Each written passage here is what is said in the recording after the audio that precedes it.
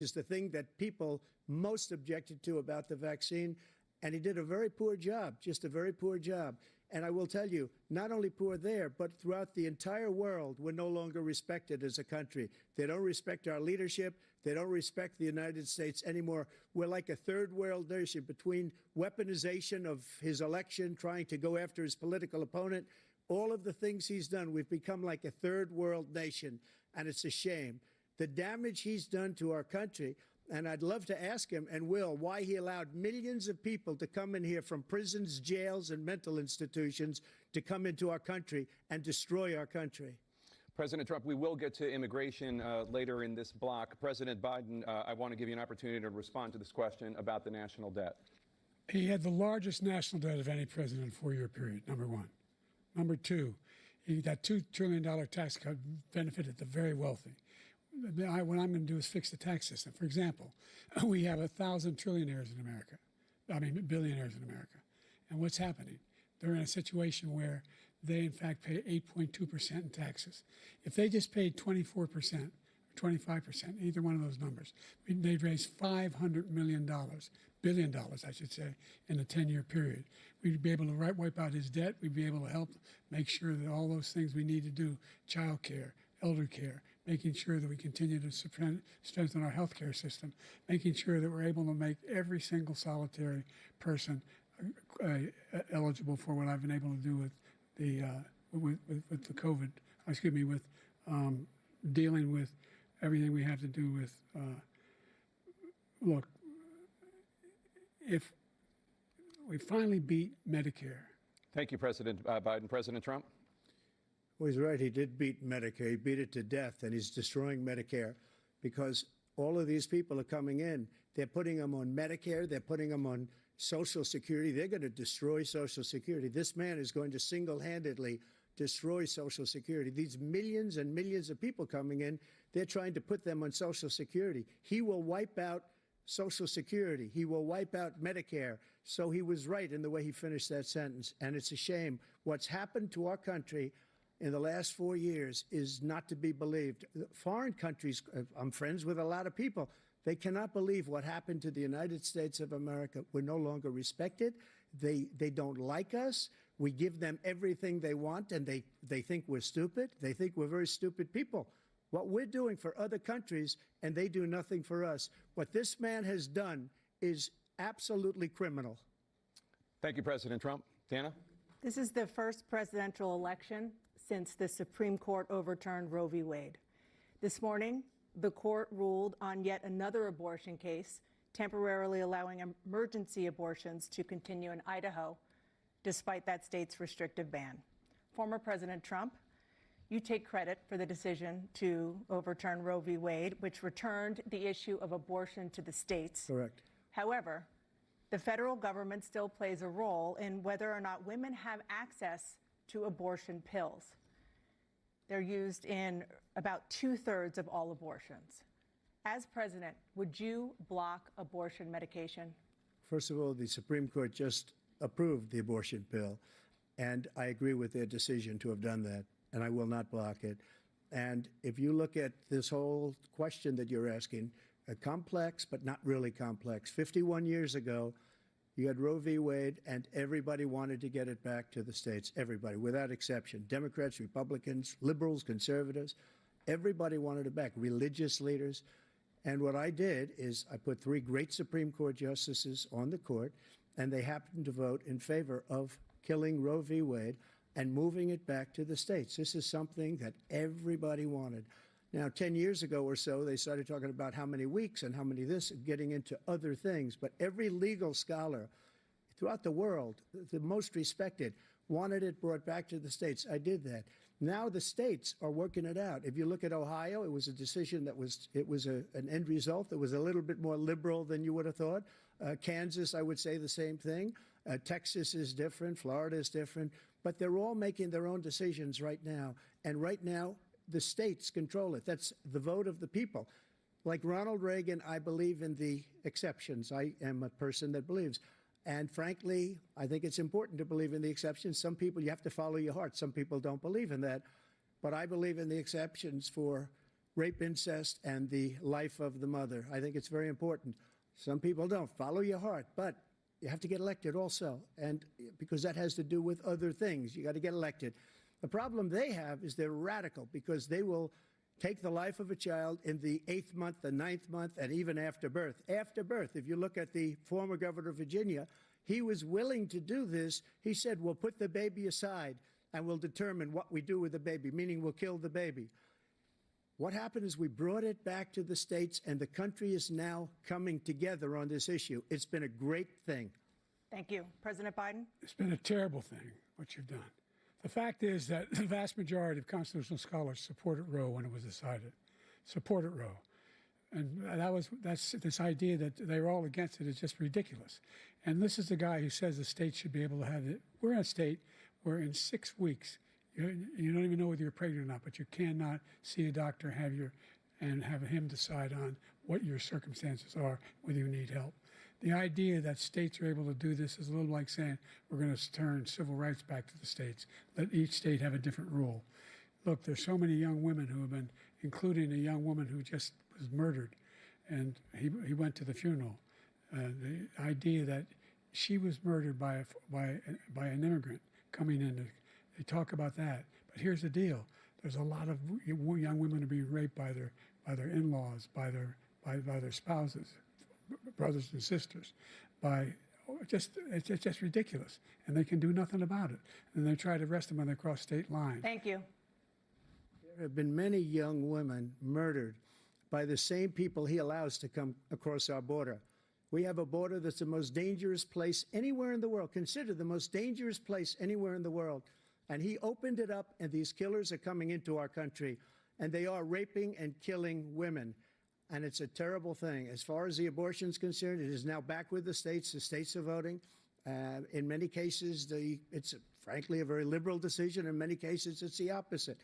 But they're voting, and it's bringing it back to the vote of the people, which is what everybody wanted, including the founders, if they knew about this issue, which frankly they didn't. But they would have, everybody wanted brought back. Ronald Reagan wanted it brought back. He wasn't able to get it. Everybody wanted it brought back, and many presidents had tried to get it back. I was the one to do it. And again, this gives it the vote of the people, and that's where they wanted it. Every legal scholar wanted it that way. Staying on the topic of abortion, President Biden, 7 states, I'll let you do that. This is the same topic. 7 states have no legal restrictions on how far into a pregnancy a woman can obtain an abortion. Do you support any legal limits on how late a woman should be able to terminate a pregnancy? I supported Roe v. Wade, which had 3 trimesters. The first time is between the woman and the doctor. Second time is between the doctor and an extreme situation. The third time is between the doctor, between the woman and the state. The idea that the politicians, that the founders wanted the politicians to be the ones making decisions about women's health is ridiculous. That's the last. No politician should be making that decision. A doctor should be making those decisions. That's how it should be run. That's what you're going to do. And if I'm elected, I'm going to restore Roe v. Wade. So that means he can take the life of the baby in the 9th month and even after birth, because some states, Democrat run, take it after birth. Again, the former governor of Virginia, put the baby down, then we decide what to do with it. So he's willing to, as we say, rip the baby out of the womb in the 9th month and kill the baby. Nobody wants that to happen, Democrat or Republican. Nobody wants it to happen. That is simply not true. The Roe v. Wade does not provide for that. That's not the circumstance. Only if a woman's life is in danger, she's going to die. That's the only circumstance in which that can happen. But we are not for late-term abortion, period. Period, period. Under Roe v. Wade, you have late-term abortion. You can do whatever you want, depending on the state. You can do whatever you want. We don't think that's a good thing. We think it's a radical thing. We think the Democrats are the radicals, not the Republicans. For 51 years, that was the law. 51 years, constitutional scholarship said it was the right way to go. 51 years, and it was taken away because this guy put very conservative members on the Supreme Court. He takes credit for taking it away. What's he going to do? What's he going to do, in fact, if the MAGA Republicans, he gets elected, and the MAGA Republicans control the Congress, and they pass a universal ban on abortion, period, across the board at 6 weeks or 7 or 8 or 10 weeks, something very, very conservative. Is he going to sign that bill? I'll veto it. He'll sign it. Thank you. Let's turn now to the issue of immigration and border security. President Biden, a record number of migrants have illegally crossed the southern border on your watch. Overwhelming border states and overburdening cities such as New York and Chicago, and in some cases causing real safety and security concerns. Given that, why should voters trust you to solve this crisis? Because we worked very hard to get a bipartisan agreement that not only changed all of that, it made sure that we are in a situation where you had no circumstance where they could come across the border with the number of border police there are now. We significantly increased the number of asylum officers. Significantly, by the way, the Border Patrol endorsed my position. In addition to that, we found ourselves in a situation where when he was president, he was separating babies from their mothers, putting them in cages, making sure the families were separated. That's not the right way to go. What I've done since I've changed the law, what's happened? I've changed it in a way that now you're in a situation where there are 40% fewer people coming across the border illegally. That's better than when he left office.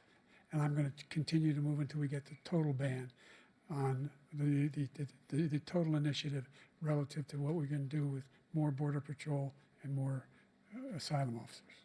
President Trump? I really don't know what he said at the end of that sentence. I don't think he knows what he said either. Look, we had the safest border in the history of our country. The border, all he had to do was leave it. All he had to do was leave it. He decided to open up our border, open up our country to people that are from prisons, people that are from mental institutions, insane asylum, terrorists. We have the largest number of terrorists coming into our country right now, all terrorists, all over the world, not just in South America, all over the world. They come from the Middle East, everywhere. All over the world, they're pouring in. And this guy just left it open. And he didn't need legislation because I didn't have legislation. I said, close the border. We had the safest border in history. In that final couple of months of my presidency, we had, according to Border Patrol, who is great, and by the way, who endorsed me for president, but I won't say that, but they endorsed me for president. Brandon, just speak to him. But look, we had the safest border in history. Now we have the worst border in history. There's never been anything like it. And people are dying all over the place, including the people that are coming up in Thank you, caravans. President Trump. President Biden?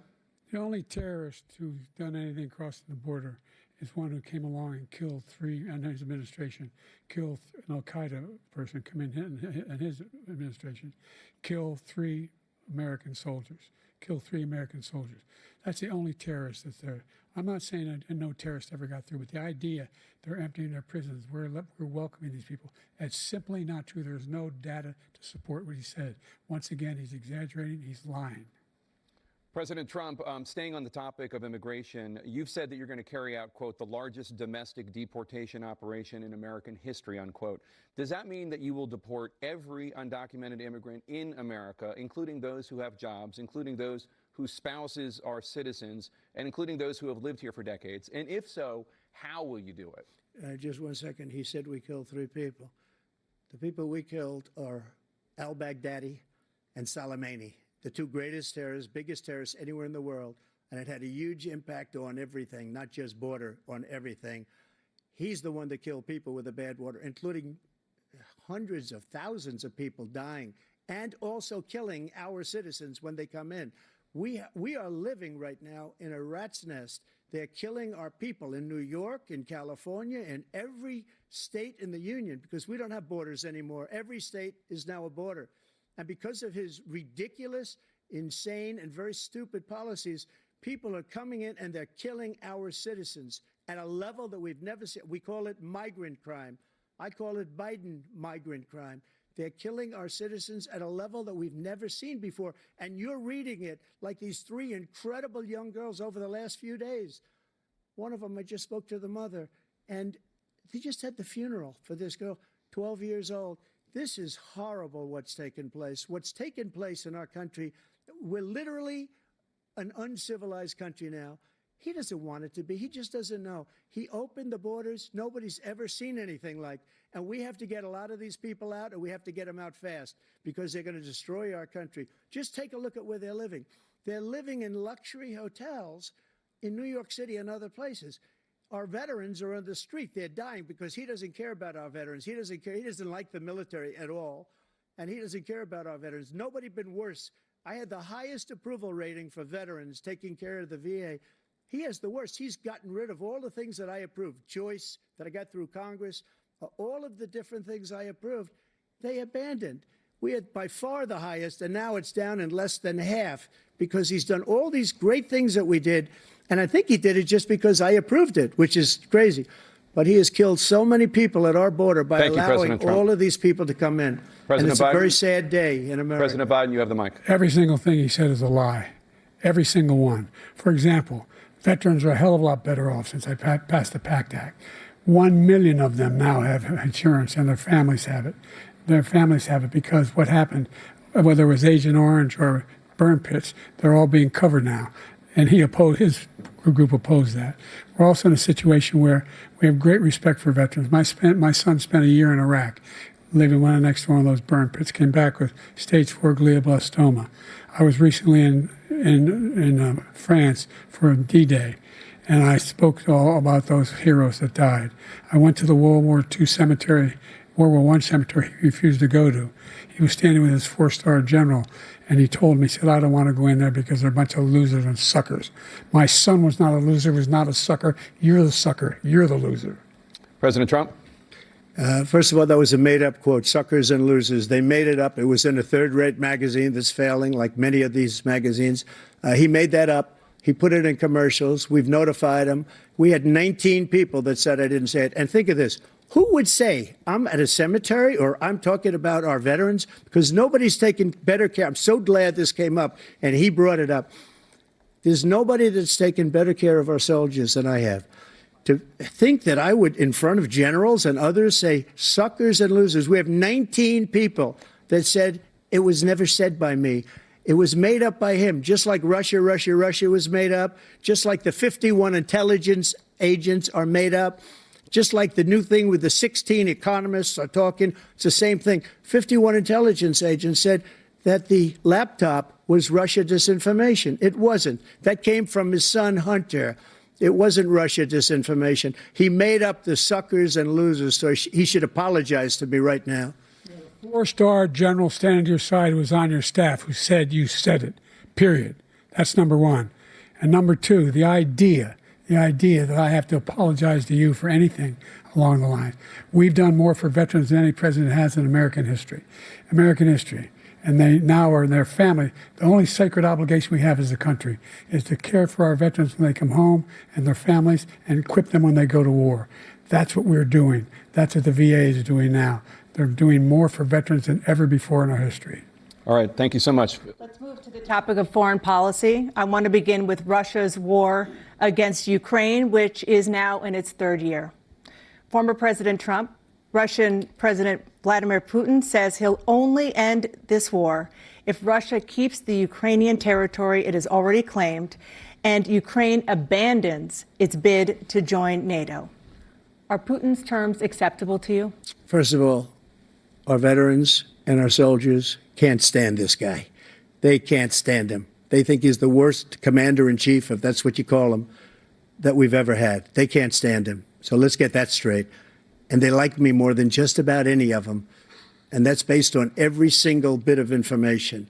As far as Russia and Ukraine, if we had a real president, a president that knew, that was respected by Putin, he would have never invaded Ukraine.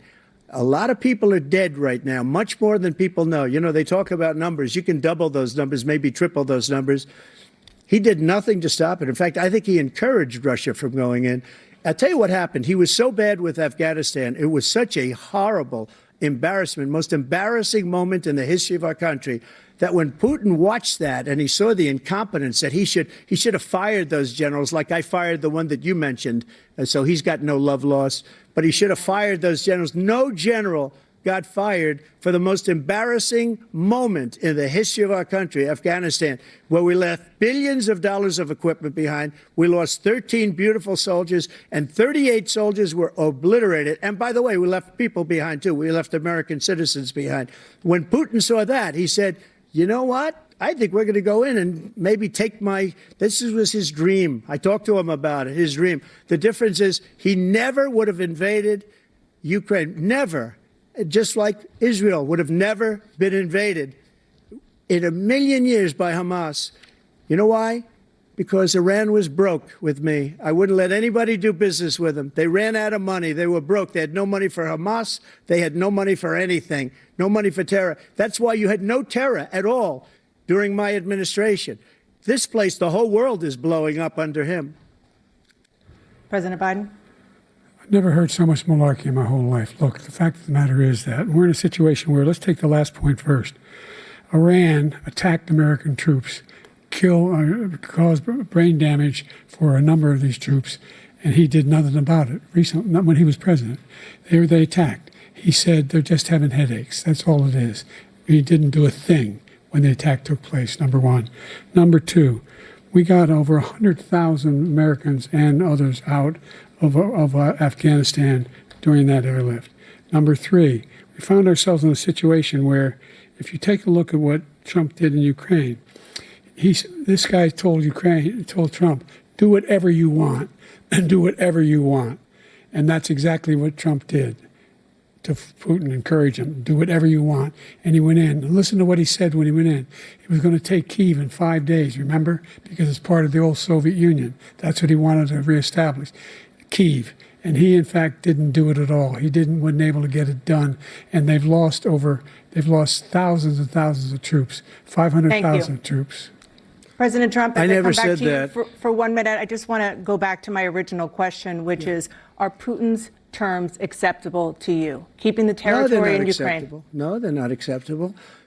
But look, this is a war that never should have started. If we had a leader in this war, he led everybody along. He's given $200 billion now or more to Ukraine. He's given $200 billion. That's a lot of money. I don't think there's ever been anything like it. Every time that Zelensky comes to this country, he walks away with $60 billion. He's the greatest salesman ever. And I'm not knocking him. I'm not knocking anything. I'm only saying the money that we're spending on this war, and we shouldn't be spending, it should have never happened. I will have that war settled between Putin and Zelensky as president-elect before I take office on January 20th. I'll have that war settled. People being killed so needlessly, so stupidly, and I will get it settled, and I'll get it settled fast before I take office. President Biden, you have a minute. The fact is that Putin is a war criminal. He's killed thousands and thousands of people. And he has made one thing clear.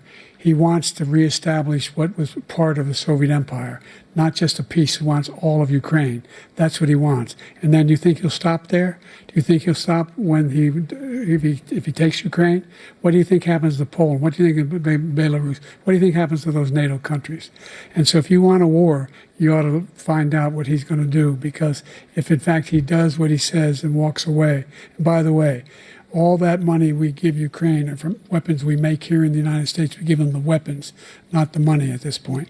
And our NATO allies have produced as much funding for Ukraine as we have. That's why we're strong. Thank you. Moving on to the Middle East. In October, Hamas attacked Israel, killing more than 1,000 people and taking hundreds of hostages. Among those held and thought to still be alive are 5 Americans. Israel's response has killed thousands of Palestinians and created a humanitarian crisis in Gaza. President Biden, you've put forward a proposal to resolve this conflict, but so far Hamas has not released the remaining hostages, and Israel is continuing its military offensive in Gaza. So what additional leverage will you use to get Hamas and Israel to end the war? You have 2 minutes.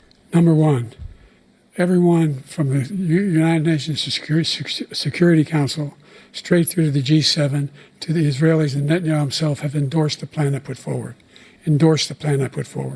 which has 3 stages to it. The first stage is trade the hostages for a ceasefire.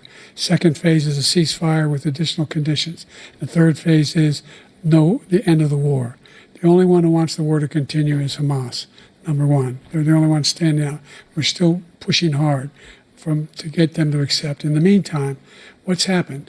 in Israel, we're finding that the only thing I've denied Israel was 2,000-pound bombs. They don't work very well in populated areas. They kill a lot of innocent people.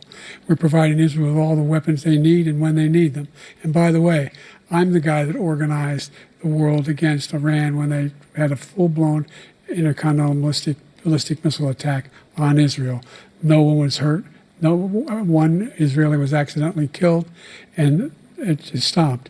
We saved Israel. We are the biggest producer of support for Israel of anyone in the world. And so they're two different things. Hamas cannot be allowed to be continued. We continue to send our experts and our intelligence people as to how they can get Hamas like we did bin Laden. You don't have to do it. And by the way, they've been greatly weakened, Hamas, greatly weakened, and they should be. They should be eliminated. But you've got to be careful for using certain weapons among population centers. Just going back to Ukraine for 1 second. We have an ocean separating us. The European nations together have spent $100 billion, or maybe more than that, less than us. Why doesn't he call them and say, you got to put up your money like I did with NATO? I got them to put up hundreds of billions of dollars. The Secretary General of NATO said Trump did the most incredible job I've ever seen. They wouldn't have any, they were going out of business. We were spending almost 100% of the money was paid by us. He didn't do that. He's getting all, you got to ask these people to put up the money. We're over $100 billion more spent, and it has a bigger impact on them because of location, because we have an ocean in between. You got to ask them. As far as Israel and Hamas, Israel's the one that wants to go. He said the only one that wants to keep going is Hamas. Actually, Israel is the one, and you should let him go and let him finish the job. He doesn't want to do it. He's become like a Palestinian, but they don't like him because he's a very bad Palestinian. He's a weak one. President Biden, you have a minute. I've never heard so much foolishness. This is a guy who wants to get out of NATO. Are you going to stay in NATO? He's going to pull out of NATO. The idea that we have, our strength lies in our alliances as well. It may be a big ocean, but we're ever able to avoid a war in Europe, a major war in Europe? What happens if, in fact, you have Putin continue to go into NATO? We have an Article 5 agreement. Attack on one is attack on all. You want to start the nuclear war he keeps talking about, go ahead. Let Putin go in and control Ukraine and then move on to Poland and other places. See what happens then. He has no idea what the hell he's talking about. And by the way, I got 50 other nations around the world to support Ukraine, including Japan and South Korea, because they understand that this kind of dislocation has a serious threat to the whole world peace. No major war in Europe has ever been able to be contained just to Europe. President Trump, just to follow up, would you support the creation of an independent Palestinian state in order to achieve peace in the region? I'd have to see, but before we do that, the problem we have is that we spend all the money. So they kill us on trade. I made great trade deals with the European nations because if you add them up, they're about the same size economically. Their economy is about the same size as the United States. And they were no cars, they don't want anything that we have, but we're supposed to take their cars, their food, their everything, their agriculture. I changed that. But the big thing I changed is they don't want to pay. And the only reason that he can play games with NATO is because I got them to put up hundreds of billions of dollars. I said, and he's right about this, I said, no, I'm not going to support NATO if you don't pay. They asked me that question, would you guard us against Russia at a very secret meeting of the 28 states at that time, nations at that time? And I said, no, if you don't pay, I won't do that. And you know what happened? Billions and billions of dollars came flowing in the next day and the next months. But now we're in the same position. We're paying everybody's bills.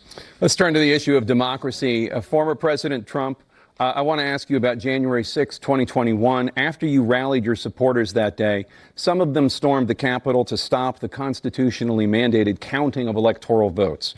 As president, you swore an oath to, quote, preserve, protect, and defend, unquote, the Constitution. What do you say to voters who believe that you violated that oath through your actions and inaction on January 6th and were... On January 6th, we had a great border.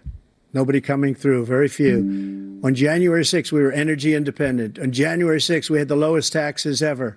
We had the lowest regulations ever. On January 6th, we were respected all over the world.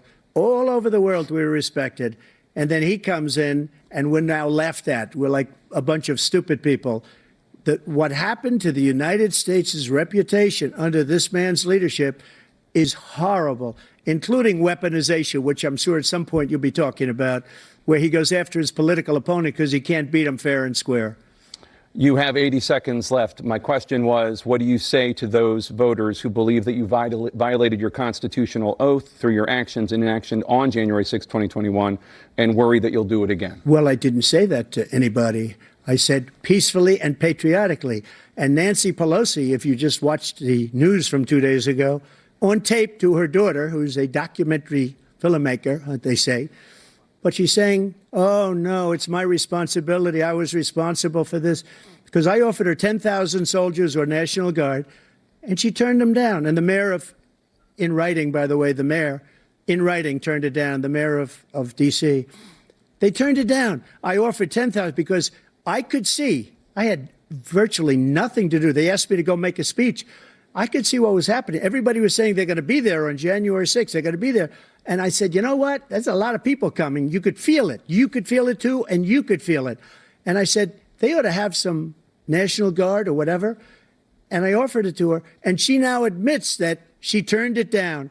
And it was the same day she was, I don't know, she can't be very happy with her daughter because it made her into a liar. She said, I take full responsibility for January 6th. President Biden? Look, he encouraged those folks to go up on Capitol Hill, number one. I sat in the dining room off the Oval Office. He sat there for 3 hours watching, begging, being begged by his vice president and a number of his colleagues on the Republican side as well to do something, to call for a stop, to end it. Instead, they talked about these people being patriots and great patrons of America. In fact, he says he'll now forgive them for what they've done. They've been convicted. He says he wants to commute their sentences and say that no. But he went to every single court in the nation. I don't know how many cases, scores of cases, including the Supreme Court, and they said, no, this guy is responsible for doing what was done. He did do a damn thing, and these people should be in jail, and they should be the ones who are being held accountable. And he wants to let them all out. And now he says if he loses again, such a whiner that he is, that it could be a bloodbath. Thank you, President Biden. President Trump? What they've done to some people that are so innocent, you ought to be ashamed of yourself. What you have done, how you've destroyed the lives of so many people. When they ripped down Portland, when they ripped down many other cities, you go to Minnesota, Minneapolis, what they've done there with the fires all over the city. If I didn't bring in the National Guard, that city would have been destroyed. When you look at all of they took over big chunks of Seattle. I was all set to bring in the National Guard. They heard that, they saw them coming, and they left immediately. What he said about this whole subject is so off. Peacefully patriotic. One other thing, the Unselect Committee, which is basically two horrible Republicans that are all gone now out of office, and Democrats, all Democrats, they destroyed and deleted all of the information they found because they found out we were right. We were right. And they deleted and destroyed all of the information. They should go to jail for that. If a Republican did that, they'd go to jail. Thank you, President Trump. President Biden, I want to give you a minute. The only person on this stage is a convicted felon is the man I'm looking at right now. And the fact of the matter is, what he's telling you is simply not true. The fact is that there was no effort on his part to stop what was going on up in Capitol Hill. And all those people, every one of those who were convicted, deserves to be convicted. The idea that they didn't kill somebody, just went in and broke down doors, broke the windows, occupied offices, turned over desks, turned them over statues. The idea that those people are patriots? Come on. When I asked him the first two debates we had, first time around, I said, will you denounce the Proud Boys? He said, no, I'll tell them to stand by. The idea he's refusing, will you denounce these guys? Will you denounce the people we're talking about now? Will you denounce the people who attacked that Capitol? What are you going to do? I'm going to give you a minute, President Trump, for a follow-up question I have. After a jury convicted you of 34 felonies last month, you said if reelected, you would, quote, have every right to go after, unquote, your political opponents. You just talked about members of the Select Committee on January 6th going to jail. Your main political opponent is standing on stage with you tonight. Can you clarify exactly what it means about you feeling you have every right to go after your political opponents? Well, I said my retribution is going to be success. We're going to make this country successful again, because right now it's a failing nation. My retribution is going to be success. But when he talks about a convicted felon, his son is a convicted felon at a very high level. His son is convicted, going to be convicted probably numerous other times. Should have been convicted before, but his Justice Department let the statute of limitations lapse on the most important things. But he could be a convicted felon as soon as he gets out of office. Joe could be a convicted felon with all of the things that he's done. He's done horrible things. All of the death caused at the border, telling the Ukrainian people that we're going to want $1 billion or you change the prosecutor. Otherwise, you're not getting $1 billion. If I ever said that, that's quid pro quo. That we're not going to do anything. We're not going to give you $1 billion unless you change your prosecutor, having to do with the son. This man is a criminal. This man, you're lucky. You're lucky. I did nothing wrong. We'd have a system that was rigged and disgusting. I did nothing wrong. Thank you, President Trump. President Biden, you have said, I'm coming right to you, sir. You want to respond? Go ahead. I'll give you a minute to respond. The idea that I did anything wrong relative to what you're talking about is outrageous. It's simply a lie, number one. Number two, the idea that you have a right to seek retribution against any American just because you're president is wrong. It's simply wrong. No president's ever spoken like that before. No president in our history has spoken like that before. Number three, the crimes that you are still charged with, and think of all the civil penalties you have. How many billions of dollars do you owe in civil penalties for molesting a woman in public, for doing a whole range of things, of having sex with a porn star on the night while your wife was pregnant? I mean, what are you talking about? You have the morals of an alley cat. Give you a minute, sir. I didn't have sex with a porn star, number one. Number two, that was a case that was started and moved. They moved a high-ranking official, a DOJ, into the Manhattan DA's office to start that case. That case is going to be appealed and won. We had a very terrible judge, a horrible judge, Democrat. The prosecutor were all high-ranking Democrats, appointed people, and both the civil and the criminal. He basically went after his political opponent because he thought it was going to damage me. But when the public found out about these cases, because they understand it better than he does, he has no idea what these cases are. But when they found out about these cases, you know what they did? My poll numbers went up, way up. You know that because you're reporting it. And we took in more money in the last 2 weeks than we've ever taken in the history of any campaign. I don't think any campaign has ever taken. Hundreds of millions of dollars came pouring in because the public knows it's a scam and it's a guy that's after his political opponent because he can't win fair and square. Thank you, President Trump. President Biden, you have said, quote, Donald Trump and his MAGA Republicans are determined to destroy American democracy. Do you believe that the tens of millions of Americans who are likely to vote for President Trump will be voting against American democracy? The more they know about what he's done, yes. The more they know about what he's done. And there's a lot more coming. He's got a lot of cases down the road coming around. He's got a whole range of issues he has to face. I don't know what the juries will do, but I do know he has a real problem. And so the fact that, could you ever think you heard any president say that I'm going to seek retribution? Do you ever hear any president say that I thought Hitler had some good ideas? What got me involved to run in the first place after my son had died, I decided in Iraq, because of Iraq, I said I wasn't going to run again until I saw what happened in Charlottesville, Virginia. People coming out of the woods carrying swastikas on torches, and singing the same anti-Semitic bile they sang when back in Germany. And the young woman got killed. I spoke to the mother, and they asked him. They said, "What do you think of those people? The ones who got killed, the one who tried to stop it, and the ones," he said, "I think they're fine people on both sides." What American president would ever say, Nazis coming out of fields carrying torches, singing the same anti-Semitic bile, carrying swastikas, were fine people? And this is a guy who says Hitler's done some good things. I'd like to know what they are. Good things Hitler's done, that's what he said. This guy has no sense of American democracy. President Trump. Jake, both of you know that story has been totally wiped out because when you see the sentence, it said 100% exoneration on this. So he just keeps it going. He says he ran because of Charlottesville. He didn't run because of Charlottesville. He ran because it was his last chance.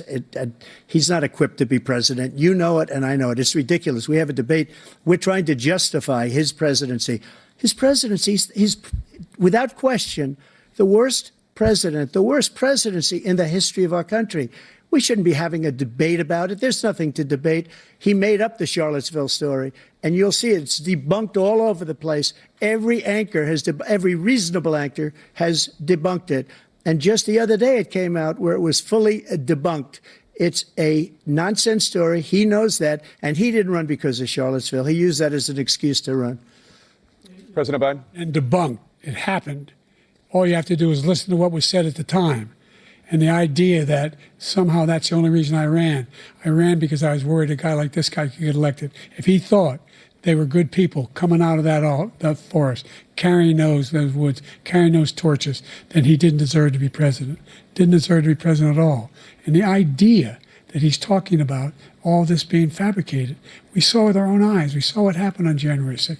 We saw the people breaking through the windows. We saw people occupying his own vice president. Look, there's a reason why 40 of his 44 top cabinet officers refused to endorse him this time. His vice president hasn't endorsed him this time. So why? Why? They know him well. They serve with him. Why are they not endorsing him? Thank you, President Biden. We're going to be right back with more from the CNN presidential debate.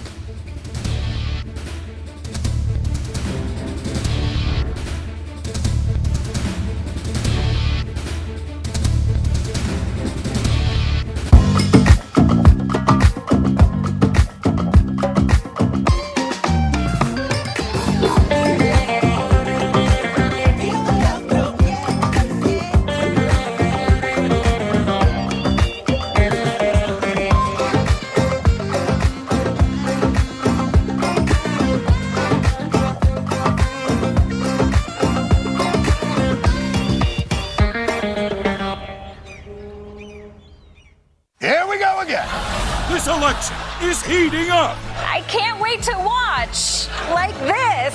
But the Daily Show news team is barely breaking a sweat. Every new scandal just cancels out a different scandal until you become president. It's an ancient tactic called politics. I don't know, just pick one.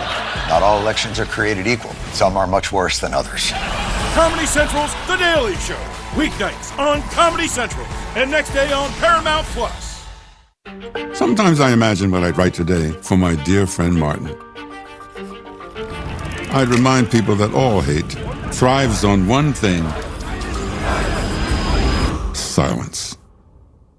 The people who will change the nation are those who speak out, who refuse to be bystanders, who raise their voices against injustice. When we stand up to silence, we stand up to all hate. For the most comfortable, luxurious, eco-friendly, and affordable, handcrafted American-made mattresses on the market today. Delivered and set up in any room of your house. Saatva, luxury mattresses made affordable. 20 seconds a week to lose 20% of your weight in a year with diet and exercise. That's the power of GLP-1s through Ro. Connect with a provider today at ro.co/20. Take control of your health by boosting your force field, the immune system. With the Oura Ring, you can listen to your body's signals and raise your defenses. Oura tells you when your temperature is higher than normal, how to improve your sleep, or if your heart rate shows signs of stress, so you can decide to push yourself or to lie low. Live smarter, stronger, healthier with the Oura Ring. I got this $1,000 camera for only $41 on DealDash. DealDash.com. Online auctions since 2009. This PlayStation 5 sold for only 50 cents. This iPad Pro sold for less than $34. And this Nintendo Switch sold for less than $20. I got this KitchenAid stand mixer for only $56. I got this barbecue smoker for $26. And shipping is always free. Go to DealDash.com right now and see how much you can save. I'm Matthew. I'm Melissa, and together we started Fresh Clean Threads. For most of my life, I've worn a black t-shirt, and most were either too short, too baggy, or weren't consistent. Using my years of apparel experience, we set out to make the world's best fitting t-shirt. Since day one, our Fresh Clean tees were made to offer a flattering fit for all body types and not break the bank. Unleash your confidence at freshcleanthreads.com.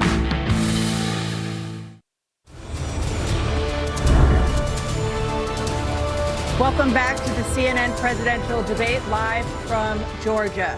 Let's talk about persistent challenges you both faced in your first terms and you'd certainly face again in a second term. President Biden, while black unemployment dropped to a record low under your presidency, black families still earn far less than white families.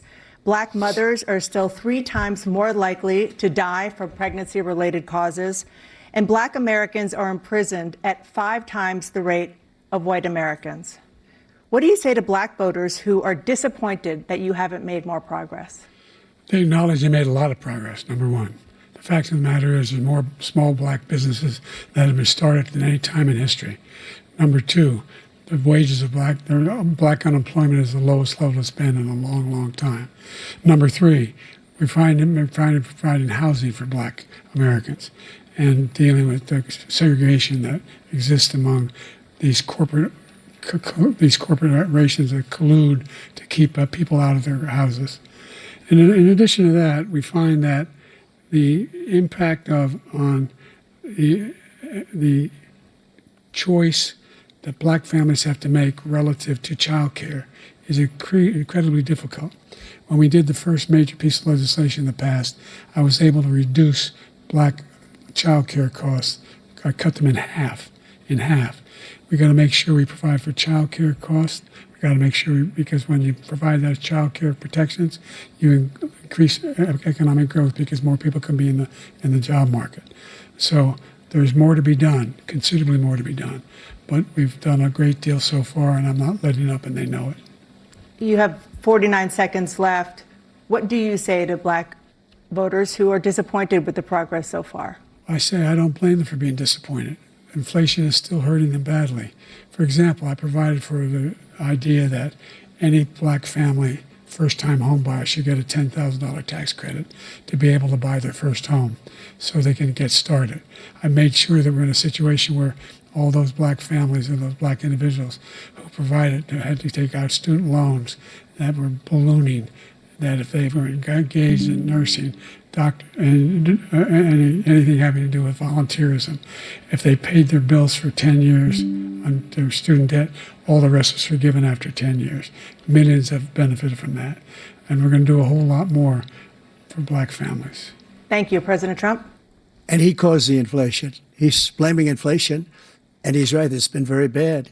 He caused the inflation, and it's killing black families and Hispanic families and just about everybody. It's killing people. They can't buy groceries anymore. They can't. You look at the cost of food where it's doubled and tripled and quadrupled. They can't live. They're not living anymore. He caused this inflation. I gave him a country with essentially no inflation. It was perfect. It was so good. All he had to do is leave it alone. He destroyed it with his Green New scam and all this money that's being thrown out the window. He caused inflation. As sure as you're sitting there, the fact is that his big kill on the black people is the millions of people that he's allowed to come in through the border. They're taking black jobs now, and it could be 18, it could be 19, and even 20 million people. They're taking black jobs, and they're taking Hispanic jobs, and you haven't seen it yet, but you're going to see something that's going to be the worst in our history. Thank you. President Biden?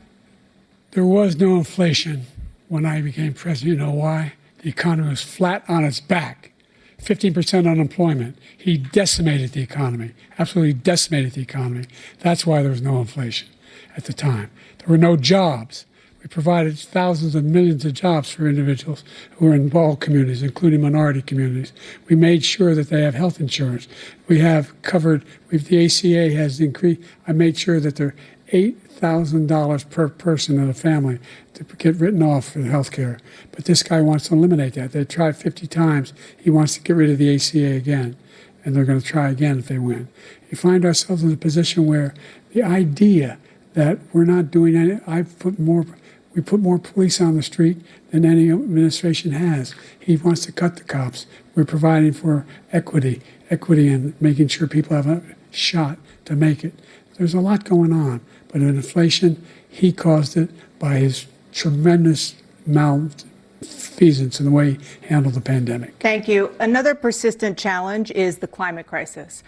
2023 was the hottest year in recorded history, and communities across the country are confronting the devastating effects of extreme heat, intensifying wildfires, stronger hurricanes, and rising sea levels. Former President Trump, you've vowed to end your opponent's climate initiatives, but will you take any action as president to slow the climate crisis? Well, let me just go back to what he said about the police, how close the police are to him. Almost every police group in the nation from every state is supporting Donald J. Trump. Almost every police group. And what he's done to the black population is horrible, including the fact that for 10 years he called them super predators. We can't, in the 1990s, we can't forget that. Super predators was his name, and he called it to them for 10, and they've taken great offense at it, and now they see it happening. But when they see what I did for criminal justice reform and for the historically black colleges and universities, where I funded them and got them all funded, and the opportunity zones with Tim, as you know, Tim Scott was incredible. He did a great job, great senator from South Carolina. He came to me with the idea, and it was a great idea. It's one of the most successful economic development acts ever in the country, opportunity zones. And the biggest beneficiary are blacks. And that's why we have the best numbers with them in maybe ever. They're saying ever. I read this morning where ever, the best numbers. He's lost much of the black population because he's done a horrible job for black people. He's also done a horrible job for Hispanics. But wait till you see these millions of people pouring into our country, and they're going to take the jobs, and it's already started, and you haven't seen anything yet. It's a disaster. You've 38 seconds left. President Trump, will you take any action as president to slow the climate crisis? So I want absolutely immaculate clean water, and I want absolutely clean air, and we had it. We had H2O. We had the best numbers ever, and we were using all forms of energy, all forms, everything. And yet, during my 4 years, I had the best environmental numbers ever. And my top environmental people gave me that statistic just before I walked on the stage, actually. I don't know where the hell he's been. The idea that anything he said is true. I've passed the most extensive climate change legislation in history. We find ourselves, and by the way, black colleges. I came up with $15 billion for HBCUs, historic black universities and colleges, because they don't have the kind of contributors that they have to build these laboratories and the like. Any black student is capable in college of doing any white student can do. They just don't have the money, but now they'll be able to get those jobs in high tech. We're in a situation where the idea that he is claiming to have done something that had the cleanest water, he hadn't done a damn thing for the environment. He pulled out of the Paris Climate Accord. I immediately joined it because if we reach 1.5 degrees Celsius at any one point, there's no way back. The only existential threat to humanity is climate change, and he didn't do a damn thing about it. He must undo all that I've done. The Paris Accord was going to cost us $1 trillion, and China nothing, and Russia nothing, and India nothing. It was a ripoff of the United States. And I ended it because I didn't want to waste that money because they treat us horribly. We were the only ones. It was costing us money. Nobody else was paying into it. And it was a disaster. But everything that he said just now, I'll give you an example. I heard him say before insulin. I'm the one that got the insulin down for the seniors. I took care of the seniors. What he's doing is destroying all of our medical programs because the migrants coming in, they want everybody. And look, I have the biggest heart on the stage. I guarantee you that. And I want to take care of people. But we're destroying our country. They're taking over our schools, our hospitals, and they're going to be taking over Social Security. He is destroying Social Security, Medicare, and Medicaid. The idea is that we, in fact, we were the only ones of consequence who were not members of the Paris Accord. How can we do anything we've not able to, the United States can't get its pollution under control? One of the largest polluters in the world, number one. We're making significant progress. By 2035, we will have cut pollution in half. We have made significant progress, and we're continuing to make progress. We set up a climate corps for thousands of young people to learn how to deal with climate, just like the Peace Corps. And we're moving in directions that are going to significantly change the elements of cause of pollution. But the idea that he claims that he has the biggest heart up here and he's really concerned about pollution and about climate, I've not seen any indication of that. And by the way, with regard to prescription drugs, one company agreed that they would reduce the price to $35, which I was calling for, one, voluntarily. I made sure every company in the world, every pharmaceutical company, cannot have to pay. Thank you. And by the way, so every day, millions of Americans struggle just to make ends meet. For many older Americans, Social Security provides a critical lifeline. President Biden, if nothing is done to Social Security, seniors will see their benefits cut in just over 10 years. Will you name tonight one specific step that you're willing to take to keep Social Security solvent? yes, make the very wealthy begin to pay their fair share. Right now, everybody making under $170,000 pays 6% of their income, of their paycheck, every single time they get a paycheck from the time of the first one they get when they're 18 years old. The idea that they're going to, I'm proposing that everybody, the millionaires pay 1%. So no one I would not raise the cost of Social Security for anybody under $400,000. After that, I began to make the wealthy begin to pay their fair share by increasing from 1% beyond to be able to guarantee the program for life. So you still have 82 seconds left. Are there any other measures that you think that would be able to help keep Social Security solvent, or is that one enough? Well, no, that one enough will keep it solvent. But the biggest thing I'll do if we defeat this man, because he wants to get rid of Social Security. He thinks there's plenty to cut in Social Security. He's wanted to cut Social Security and Medicare, both times. And and if you look at the program put forward by the House Republican caucus that I believe supports, is in fact want to cut it as well. The idea that we don't need to protect our seniors is ridiculous. And by the way, the American public has greater health care coverage today than ever before. And on the ACA, as I said, you're in a circumstance where 400,000 people, 40 million people would not have insurance because they have a pre-existing condition.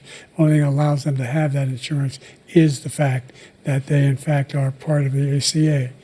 And by the way, the other thing is, we're in a situation where we talk about education for black communities. I've raised the amount of money for Pell Grants by another $8,000. So anybody making under $70,000 a year is going to be able to get $15,000 toward their tuition. He just doesn't know what he's talking about. Thank you, President Biden. President Trump. So I've dealt with politicians all my life. I've been on this side of the equation for the last 8 years. I've never seen anybody lie like this guy. He lies. I've never seen it. He can look you in the face. About so many other things, too. And we mentioned the laptop. We mentioned Russia, Ukraine. Everything he does is a lie. It's misinformation and disinformation. The losers and suckers story that he made up is a total lie on the military. It's a disgrace. But Social Security, he's destroying it because millions of people are pouring into our country, and they're putting them onto Social Security. They're putting them onto Medicare, Medicaid. They're putting them in our hospitals. They're taking the place of our citizens. What they're doing to the VA, to our veterans, is unbelievable. Our veterans are living in the street, and these people are living in luxury hotels. He doesn't know what he's doing, and it's really coming back. I've never seen such anger in our country before. President Biden? The idea that veterans are not being taken care of, I told you before. And by the way, when I said suckers and losers, he acknowledged after that he fired that general. That general got fired because he's the one that acknowledged that that's what he said. He was the one standing with Trump when he said it, number one. Number two, the idea that we're going to be in a situation where all these millions and millions, the way he talks about it, illegal aliens are coming into the country and taking away our jobs. There's a reason why we have the fastest growing economy in the world, the reason why we have the most successful economy in the world. we're doing better than any other nation in the world.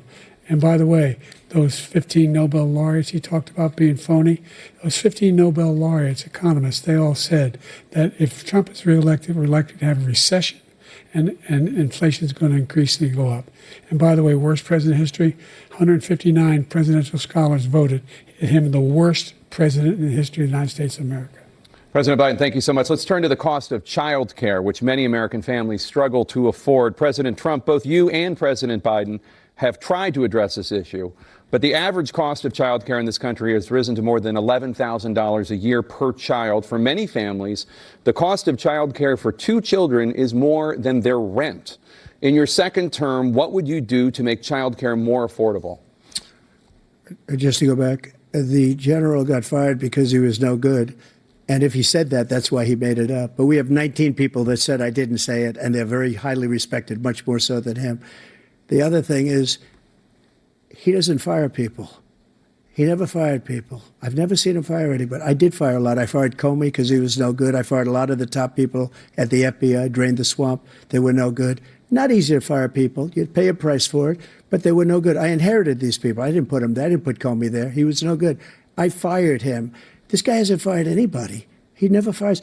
He should have fired every military man that was involved with that the Afghanistan horror show, the most embarrassing moment in the history of our country. He didn't fire. Did you fire anybody? Did you fire anybody that's on the border that's allowed us to have the worst border in the history of the world? Did anybody get fired for allowing 18 million people, many from prisons, many from mental institutions? Did you fire anybody that allowed our country to be destroyed? Joe, our country is being destroyed as you and I sit up here and waste a lot of time on this debate. This shouldn't be a debate. He is the worst president. He just said about me because I said it. But look, he's the worst president in the history of our country. He's destroyed our country. Now, all of a sudden, he's trying to get a little tough on the border. He came out with a nothing deal, and it reduced it a little bit, like this much. It's insignificant. He wants open borders. He wants our country to either be destroyed or he wants to pick up those people as voters. And I don't think we just can't let it happen. If he wins this election, our country doesn't have a chance, not even a chance, of coming out of this rut. We probably won't have a country left anymore. That's how bad it is. He is the worst in history by far. Thank you, President Trump. President Biden? We're the most admired country in the world. We're the United States of America. There's nothing beyond our capacity. We have the finest military in the history of the world, the finest in the history of the world. No one thinks we're weak. No one wants to screw around with us. Nobody, number one. Number two, the idea that we're talking about worst presidents. I wasn't joking. Look it up. Go online. 159 or 58, don't hold me the exact number, presidential historians, they've had meetings and they voted who's the worst president in American history. One through best to worst. They said he was the worst in all of American history. That's a fact. That's not conjecture. He can argue they're wrong, but that's what they voted. The idea that he is doing anything to deal with child care, he did virtually nothing to child care. We should significantly increase the child care tax credit. We should significantly increase the availability of women and men or single parents to be able to go back to work. And we should encourage businesses to have. Thank you, President Biden. Facilities. President Trump, the question was about what would you do to make child care more affordable, if you want to take your minute. Just so you understand, we have polling, we have other things that they rate him the worst because what he's done is so bad. And they rate me, I'll show you, I will show you. And they rate me one of the best, okay? And if I'm given another 4 years, I will be the best. I think I'll be the best. Nobody's ever created an economy like us. Nobody ever cut taxes like us. He's the only one I know. He wants to raise your taxes by 4 times. He wants to raise everybody's taxes by 4 times. He wants the Trump tax cuts to expire. So everybody, including the 2 of you, are going to pay 4 to 5 times. Nobody ever heard of this before. All my life, I'd grow up and I'd see politicians talking about cutting taxes. When we cut taxes, as I said, we did more business. Apple and all these companies, they were bringing money back into our country. The worst president in history by far, and everybody knows it. President Biden? Look, the fact of the matter is that he's dead wrong about, he's increased the tariff, he will increase the taxes on middle-class people. I said I'd never raise a tax on anybody making less than $400,000. I didn't. But this tariff is 10% tariffs. Everything coming into the country, you know what the economists say? That's going to cost the average American $2,500 a year more because they're going to have to pay the difference in food and all the things that we're importing. Number two, he's in a situation where he talks about how he has not raised, he somehow helped the middle class. The middle class have been devastated by you.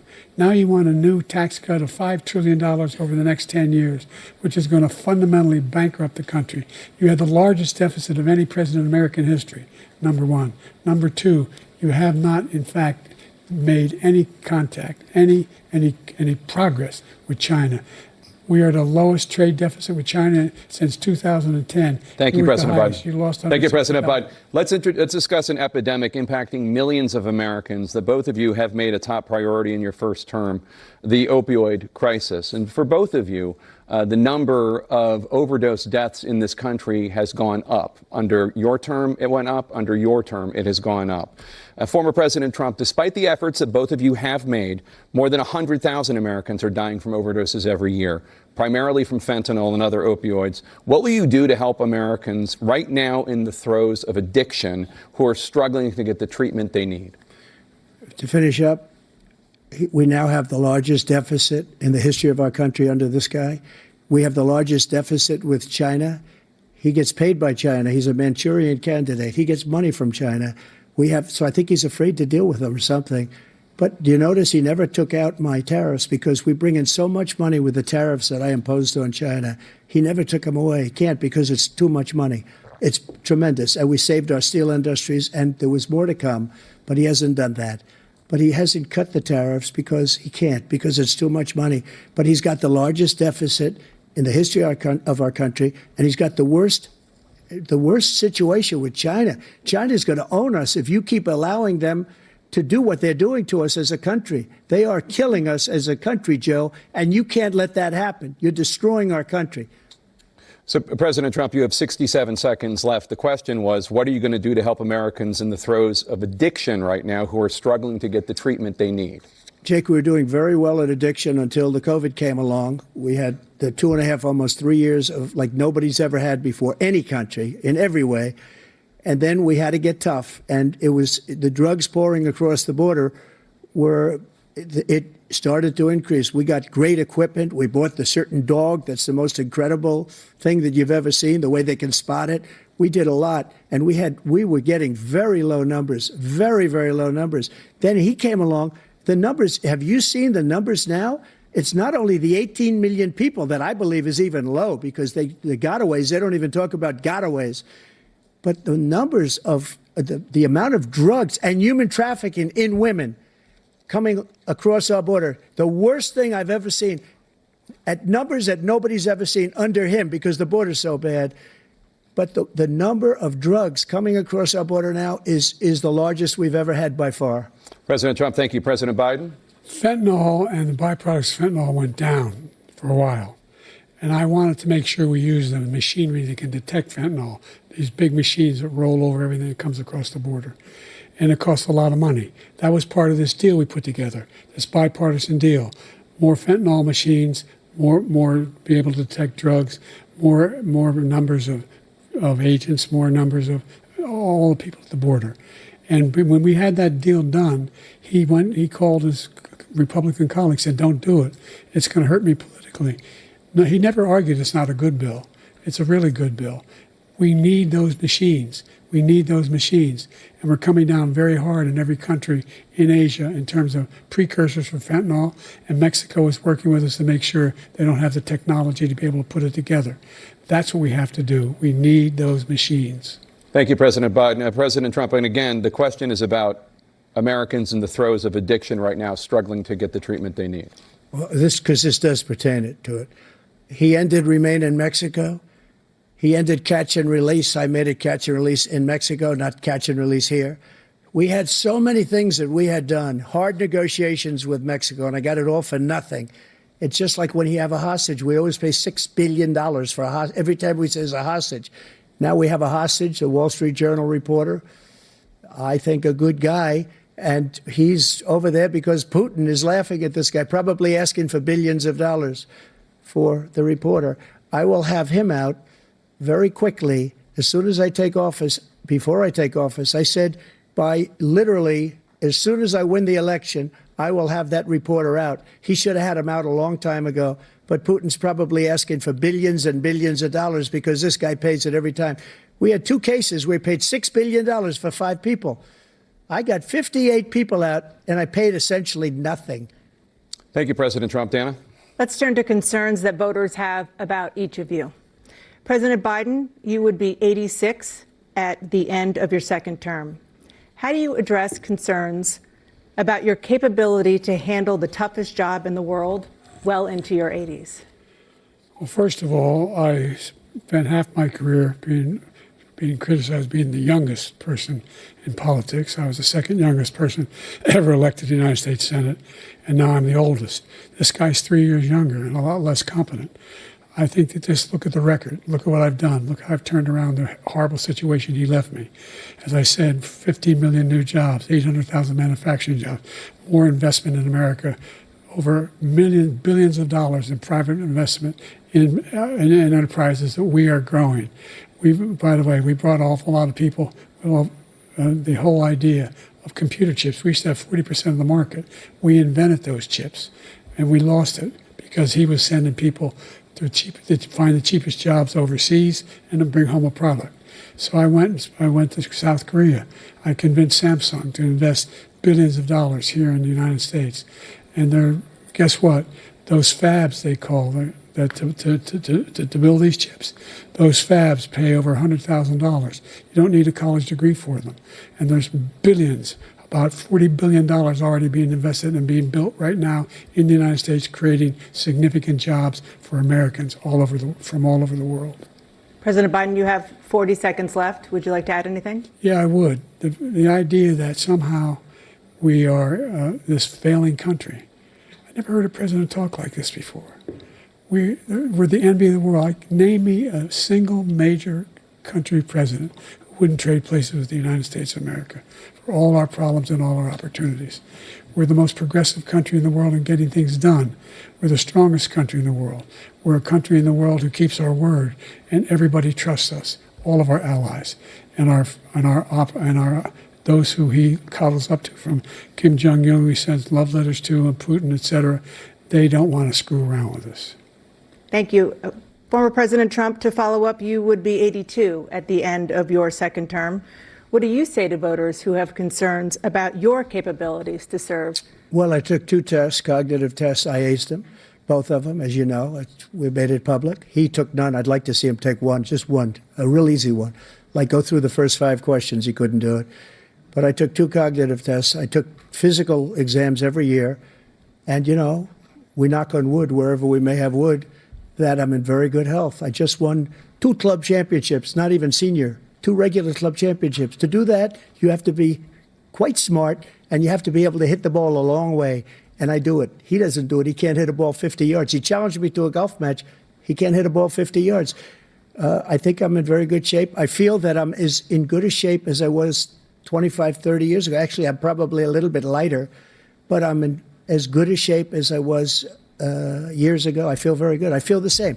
But I was willing to take a cognitive test. And you know what? If I didn't do well, I aced them. Dr. Ronnie Jackson, who's a great guy when he was White House doctor. And then I took another one, a similar one. And one of them said they've never seen anybody ace them. Thank you. President Biden? You can see he is 6'5" and only 223 pounds, or 235 pounds. Never said it was Well, you said 6'4", 200. Well, anyway, that's what anyway, just take a look at what he says he is, and take a look at what he is. Look, I'd be happy to have a driving contest with him. I got my handicap, which when I was vice president, down to a 6. But by the way, I told you before, I'm happy to play golf if you carry your own bag. Think you can do it? That's the biggest lie. He's a 6 handicap of all. I was an 8 handicap. Yeah. 8. Never. But I had, you know how many? I've seen you swing. I know you swing. Okay, let's not act like children. President Trump, we're going to 21 turn Let's not act like children. You to are a a child. specific concern that voters have about you. Will you pledge tonight that once all legal challenges have been exhausted, that you will accept the results of this election, regardless of who wins, and you will say right now that political violence in any form is unacceptable? Well, I shouldn't have to say that, but of course I believe that. It's totally unacceptable. And if you would see my statements that I made on Twitter at the time, and also my statement that I made in the Rose Garden, you would say it's one of the strongest statements you've ever seen. In addition to the speech I made in front of, I believe, the largest crowd I've ever spoken to, and I will tell you, nobody ever talks about that. They talk about a relatively small number of people that went to the Capitol, and in many cases were ushered in by the police. And as Nancy Pelosi said, it was her responsibility, not mine. She said that loud and clear. But the answer is, if the election is fair, free, and I want that more than anybody. And I'll tell you something. I wish he was a great president, because I wouldn't be here right now. I'd be at one of my many places enjoying myself. I wouldn't be under indictment because I wouldn't have been his political opponent, because he indicted me because I was his opponent. I wish he was a great president. I would rather have that. I wouldn't be here. I don't mind being here. But the only reason I'm here is he's so bad as a president that I'm going to make America great again. We're going to make America great again. We're a failing nation right now. We're a seriously failing nation. And we're a failing nation because of him. His policies are so bad. His military policies are insane. They're insane. These are wars that will never end with him. He will drive us into World War III, and we're closer to World War III than anybody can imagine. We are very, very close to World War III, and he's driving us there. And Kim Jong-un and President Xi of China, Kim Jong-un of North Korea, all of these, Putin, they don't respect him. They don't fear him. They have nothing going with this gentleman, and he's going to drive us into World War III. You want a World War III, let him follow and win, and let Putin say, do what you want, NATO. Just do what you want. There's a thing called Article 5. An attack on one is an attack on all, and required response. The idea, I can't think of a single major leader in the world who wouldn't trade places with the job I've done and what they've done. Because we are a powerful nation. We have wonderful people. It's because of the people, not me. It's because of the American people. They're capable of anything, and they step up when they're needed. And right now, we're needed. We're needed to protect the world because our own safety is at stake. And again, you want to have a war, just let Putin go ahead and take Kyiv, make sure they move on, see what happens in Poland, Hungary, and other places along that border. Then you have a war. President Trump, as I come back to you for a follow-up, the question was, will you accept the results of this election, regardless of who wins? Just to finish what he said, if I might, Russia, they took a lot of land from Bush. They took a lot of land from Obama and Biden. They took no land, nothing from Trump, nothing. He knew not to do it. He's not going to play games with me. He knew that. I got along with him very well, but he knew not to play games. He took nothing from me. But now he's going to take the whole thing from this man right here. That's a war that should have never started. It would have never started, ever, with me. And he's going to take Ukraine. And, you know, you asked me a question before, would you do this? He's got us in such a bad position right now with Ukraine and Russia, because Ukraine's not winning that war. He said, I will never settle until such time. They're running out of people. They're running out of soldiers. They've lost so many people. It's so sad. They've lost so many people, and they've lost those gorgeous cities with the golden domes that are 1,000 years old, all because of him and stupid decisions. Russia would have never attacked if I were president. President Trump, the question was, will you accept the results of the election, regardless of who wins? Yes or no, please. If it's a fair and legal and good election, absolutely. I would have much rather accepted these, but the fraud and everything else was ridiculous. And if you want, we'll have a news conference on it in a week, or we'll have another one of these in a week. But I will absolutely, there's nothing I'd rather do. It would be much easier for me to do that than I'm running again. I wasn't really going to run until I saw the horrible job he did. He's destroying our country. I would be very happy to be someplace else, in a nice location someplace. And again, no indictments, No political opponent stuff, because it's the only way he thinks he can win. But unfortunately, it's driven up my numbers and driven them up to a very high level because the people understand it. Well, let's see what your numbers are when this election is over. Let's see. You're a whiner. When you lost the first time, you continued, you appealed and appealed to courts all across the country. Not one single court in America said any of your claims had any merit, state or local, none. But you continue to provoke this lie about somehow there's all this misrepresentation, all this stealing. There is no evidence of that at all. And I tell you what, I doubt whether you'll accept it because you're such a whiner. The idea if you lose again, you accepting anything, you can't stand the loss. Something snapped in you when you lost the last time. We'll be right back with more from the CNN presidential debate, live from Georgia.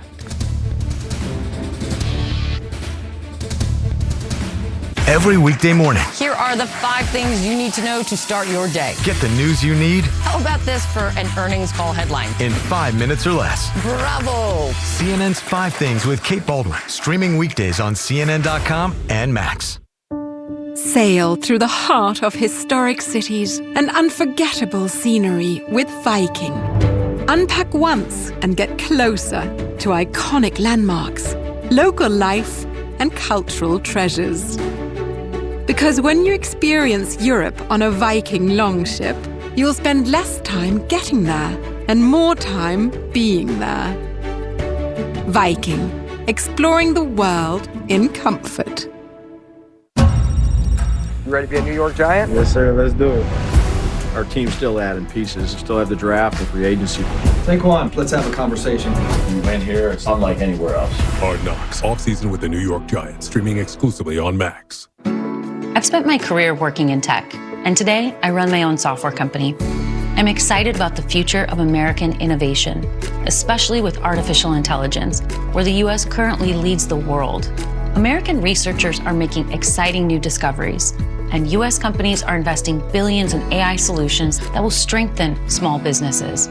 But foreign competitors like China want to surpass America in AI. Our leaders need to protect America's competitive edge. HCM is a serious heart condition affecting as many as 1 in 200 people. Like me. And me. It can impact how you feel and what you can do. I still felt tired on my beta blocker. So I talked to my cardiologist. About treatment advances in HCM that gave me new options. It was a breakthrough for me. That conversation was big for me. Talk to your cardiologist today and visit hcmrealtalk.com for more information. In the furniture business, things move fast. ZipRecruiter helps us hire qualified candidates who can keep up. We needed a project manager yesterday. We posted a job on ZipRecruiter and had our guy on site in 5 days. He was qualified in every way. ZipRecruiter finds the best candidates for all our jobs. They helped us build our dream team, and they did it fast. Is that too fast for you? 4 out of 5 employers who post on ZipRecruiter get a quality candidate within the first day. Try it for free at ZipRecruiter.com/hire. When it comes to gifts, Penny goes the distance for even the most distant relatives. And with advice from this trusty QVC crew, she delighted Aunt Donna with this, Cousin Carl with this, and her first cousin twice removed, Meg, she thinks, with these. But this year, the best gift of all was Penny's presence right here. Shop QVC for festive finds from hosts who know the most. QVC, this is shopping brought to life.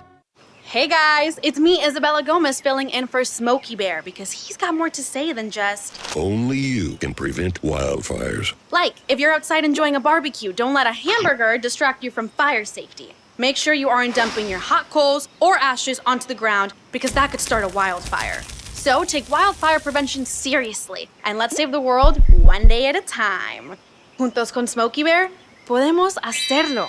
Go to smokeybear.com to learn more about wildfire prevention.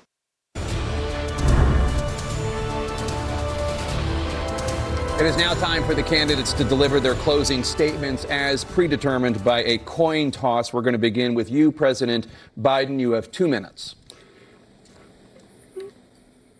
We've made significant progress from the debacle that was left by President Trump in his last term. We find ourselves in a situation where, number one, we have to make sure that we have a fair tax system. I ask anyone out there in the audience or anyone out watching this debate, do you think the tax system is fair? The fact is that I said nobody even making under $400,000 had a single penny increase in their taxes and will not. And if I'm reelected, that'll be the case again. But this guy has increased your taxes because of the deficit, number one. He's increased inflation because of the debacle he left after the way he handled the pandemic. And he finds himself in a position where he now wants to tax you more by putting a 10% tariff on everything that comes into the United States of America. What I did, when, for example, he wants to get rid of the ability of Medicare for us to be able to negotiate drug prices with the big pharma companies. Well, guess what? We got it down to $35 for insulin instead of $400. No more than $2,000 for every senior, no matter how much prescription they need. You know what that did? That reduced the federal debt by $160 billion over 10 years because the government doesn't have to pay the exorbitant prices.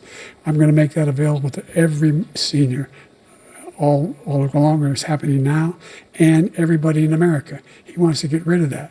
I'm going to make sure that we have child care. We're going to significantly increase the credits people have for child care. I'm going to make sure we do something about what we're doing on lead pipes and all the things that are causing health problems for people across the country. We're going to continue to fight to bring down inflation and give people a break. Thank you, President Biden. President Trump, you now have 2 minutes for your closing statement. Like so many politicians, this man is just a complainer. He said, we want to do this, we want to do that, we want to get rid of this tax, that tax. But he doesn't do anything. All he does is make our country unsafe by allowing millions and millions of people to pour in. Our military doesn't respect him. We look like fools in Afghanistan. We didn't stop Israel. It was such a horrible thing that would have never happened. It should have never happened. Iran was broke. Anybody that did business with Iran, including China, they couldn't do business with the United States. They all passed. Iran was broke. They had no money for Hamas or Hezbollah, for terror, no money whatsoever. Again, Ukraine should have never happened. He talks about all this stuff, but he didn't do it. For 3.5 years, we're living in hell. We have the Palestinians and we have everybody else rioting all over the place. You talk about Charlottesville.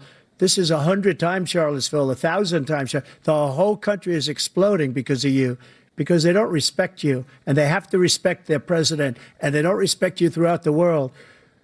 What we did was incredible. We rebuilt the military. We got the largest tax cut in history, the largest regulation cut in history. The reason he's got jobs is because I cut the regulations that gave jobs, but he's putting a lot of those regulations back on.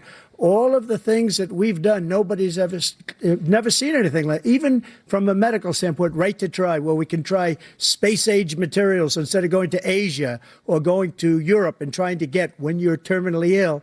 Now you can go and you can get something. You sign a document. They've been trying to get it for 42 years.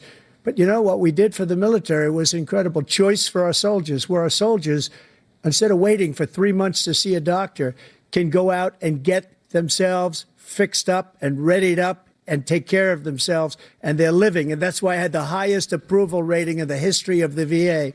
So all of these things, we're in a failing nation, but it's not going to be failing anymore. We're going to make it great again. Thank you, former President Trump, President Biden.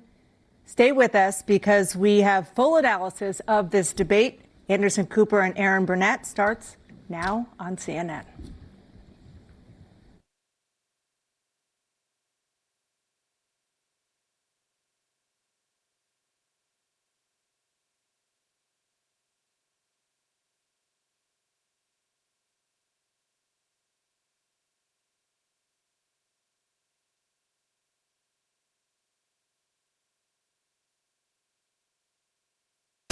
Presidents making their way off the CNN debate stage. Looks like Jill Biden, the First Lady, has come out. Former President Trump walking off the stage. The first debate of the 2024 campaign and the earliest presidential debate ever now in the books and in front of the voters. Tonight, along with Aaron Burnett, the first word on what those voters might make of it from our political professionals, from our CNN Flash Poll and Swing State Focus Group. We'll be talking to surrogates, including Vice President Harris, getting fact checks from our Daniel Dale, and new reporting from inside both campaigns. With me here, Senior Urban Van Jones, Alyssa Farr Griffin, and Newsnight anchor Abby Phillip, and David Axelrod, and CNN Chief National Correspondent John King. John, let me start with you. Your thoughts? Anderson, this was a game-changing debate in the sense that right now, as we speak, there is a deep, a wide, and a very aggressive panic in the Democratic Party. It started minutes into the debate, and it continues right now. It involves party strategists, it involves elected officials, it involves fundraisers. And they're having conversations about the president's performance, which they think was dismal, which they think will hurt other people down the party in the ticket, and they're having conversations about what they should do about it. Some of those conversations include, should we go to the White House and ask the president to step aside? Other of the conversations are about, should prominent Democrats go public with that call? Because they feel this debate was so terrible. They do say, in moments in the debate later, the president got better and got his footing, but then at the end, even his closing statement was a little halting. The contrast between the two candidates. Let me be clear. None of them, and a lot of Republicans, don't think Donald Trump had a great night. Donald Trump broke the fact-check machine more than I can count tonight. That will be on the record as we go forward. He refused to answer some very specific and direct questions about his conduct, about January 6th and what all. So that will be dealt with out there. And sometimes there's a parallel universe between the political elites and the American people. It'd be nice to see what the voters say. But I can tell you, it started minutes in. It started with the first couple of answers, and it has continued throughout the night from a, oh my God, oh my God, oh my God, to what do we do about this? And it involves very senior people in the Democratic Party, including elected officials, saying we have a problem. And just to co-sign what John is saying, I mean, the panic that I am hearing from Democrats is not like anything that I have heard in this campaign so far. And a lot of it has to do with, first of all, there was a deep frustration about Trump's lies. I mean, he lied a lot tonight. But the problem for Biden was that Trump was able to take sometimes incredible falsehoods and turn them into some kind of argument, whereas Biden's answers were, in a lot of cases, not coherent. Deeply problematic that he was not able to take pretty straightforward answers and answer them to the American public. And then also at some points, bringing things up that teed up Trump attacks. So there's a real concern here tonight that there's been some real damage done that cannot be undone. Biden solidified the perception among voters, but especially among his base. They were hoping that tonight would be a game changer. They are now seeing a president who is in the White House, who they do not necessarily believe can do this for another 4 years. David Axelrod? Look, I can't argue with either of them about how Democratic leaders are reacting to this poll. We said at the beginning that each person had a fundamental goal. And for Biden, that goal was to appear energetic, engaged, and look like someone who is capable of serving for another 4 years for president. That was job number one. I actually think he scored a bunch of points. I think if you just judge this on sort of policy stuff, he did score a bunch of points on issues like abortion, for example, on some of the economic issues. But there is a feeling, I think there was a sense of shock, actually, how he came out at the beginning of this debate, how his voice sounded. He seemed a little disoriented. He did get stronger as the debate went on, but by that time, I think the panic had set in, and I think you're going to hear discussions that I don't know will lead to anything, but there are going to be discussions about whether he should continue. And I think part of it is Donald Trump did not meet his mission either. He could not resist the temptation to be nasty, to prevaricate about a whole bunch of things, about his own record, about Biden's record, and to seem petty and small at times. So what you saw was a candidate who's deeply vulnerable and a president who may not be able to take advantage of it. Listen, if anybody in America thinks that was even close to being an okay debate by Joe Biden, I'm living in a parallel universe. It was an unmitigated disaster for President Biden from the second he walked out to the closing statement. The biggest issue for Democrats is abortion, and he couldn't give an answer. He gave an answer, he couldn't even give a coherent answer on the biggest issue for Democrats tonight. I've heard from leading Democrats across the United States, elected governors, congressmen, who are texting me and saying, I'm worried I'm going to lose if Joe Biden's at the top of the ticket. Bob Casey, I promise you tonight, in the state of Pennsylvania, is thrown up in his mouth because he knows that if he's got to stand next to Joe Biden, he's going down in Pennsylvania. If he's on the ticket, I don't know how it's going to work. Yeah, look, it was a really disappointing debate performance from Joe Biden. I don't think there's any other way to slice it. His biggest issue that he had to prove to the American people was that he had the energy, he had the stamina, and he didn't do that. And so I think that is of concern, and I think for a lot of Democrats, that's very disappointing. I will say Donald Trump also had some really rough moments in this debate. And talking to the Biden campaign, they say their dials started really moving away from Trump as he was increasing his personal attacks on Biden. So I think there was a lot about his kind of character and the kind of personal nastiness that he was putting on display, that doesn't help him with the swing voters that he needs. And I also think you saw him continue to get sort of more and more animated across the course of the debate and, give some really problematic answers about January 6th, some really problematic answers about Putin. So, Donald Trump did not get off scot-free tonight by any stretch. But look, there is no two ways about it. That was not a good debate for Joe Biden. Ben? That was painful. I love Joe Biden. I work for Joe Biden. He didn't do well at all. He did not do well at all. And he looked, I'll give you the analysis, you kind of have the old man versus the con man. I can walk you through how I'm supposed to see it and say it, but I just want to speak from my heart. I love that guy. That's a good man. He loves his country. He's doing the best that he can. But he had a test to meet tonight to restore confidence of the country and of the base, and he failed to do that. And I think there's a lot of people who are going to want to see him consider taking a different course now. We're still far from our convention, and there is time for this party to figure out a different way forward if he will allow us to do that. But that was not what we needed from Joe Biden, and it's personally painful for a lot of people. It's not just panic, it's pain for what we saw tonight. And if I may just add to that, I think Joe Biden lost in the first 3 minutes. I think a lot of voters probably tuned out, and millions of people are having conversations with their families, with their friends, of if the president is up to the task and if he should step aside. And I'm someone who believes the former president is a threat to democracy. I think he is a threat to the America as we know it. He wants to fundamentally change our institutions. He has laid out what his plan is.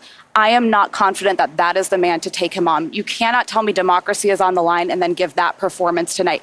If, based on that, in 18 weeks, Donald Trump will be the president-elect. The people doing focus groups tonight, and we'll see if our dial group with Laura Coates confirms this, say that Biden actually scores pretty well on the issues when he's talking about the substance. And Trump's numbers went down both because he was ducking questions, he was lying about some things, and he was refusing to answer. And some of it was the tone. They don't like it. So when you see that, when you see sort of the statistics, you're going to look at like, oh, that's a mixed bag. But to Vance's point about the president's performance, that's what caused the panic. So the question is, and my question actually is, what happens? Because it's a great political strength of Joe Biden is his resilience and his stubbornness. It's also sometimes a blind spot because he is so stubborn. It's going to be very hard to someone, and I don't know who it is, who could go to Joe Biden and say, you need to do this, number one. And the question is, again, like, I'm just telling you, to Abby's point, I've been doing this for 30-something years, going on 40 years, and I have never, ever had what happened on this thing tonight happen in the middle of a debate. It started early, and it continued. And to Van's point, Van made a very important point. These are people who love Joe Biden, who credit Joe Biden for kicking Donald Trump out of the White House. They're Democrats. The Democratic Party is a very diverse party. It fights about a lot of things. It has generational issues. It's had regional issues and everything else. The thing that unites the Democratic Party is trying to keep Donald Trump from getting back into the White House. They love Joe Biden for kicking him out. They don't want him back. They came into this debate nervous that Biden was in a weak position. They leave this debate panicked. John, if you love the guy, how could you put him out there? If you love him, if you love Joe Biden, if that was my father, You don't put a guy in that situation. It's a great point. These guys know this better. These guys know this better because they talk to them. There's this legacy in the Democratic Party. You don't challenge the incumbent because when it's happened in the past, they haven't beaten the incumbent, and then the incumbent has lost the general election. It was actually Donald Trump that helped make Joe Biden the nominee because there was a feeling that if there were a primary, that would weaken, that Biden would probably win, but it would weaken him in a general election. And so there were people who could have run and didn't run because the history of that is bad. The point is now he is the nominee of the Democratic Party. This isn't the 60s, okay? Voters choose the nominee. He is the nominee. Only he can decide whether he's going to continue. And as you point out, and as Kate knows very well, this is a guy with a lot of pride and who believes in himself. And the idea that he's going to say, you know what, I had a bad debate, I think I'm going to walk away from this, I find it hard to believe. It was also, and I'll let you, I know Scott, you've been trying to jump in, but it was also, it was an atypically bad performance, okay? And it was also one night. So yes, was it an important night? Yes, but it was one night in the course of a campaign. So I think let's see how voters react to it. Let's see how voters react to it. The problem with the one night is that it's a one night that helped confirm people's fears.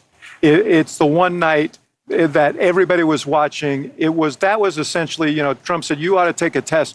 That was his test.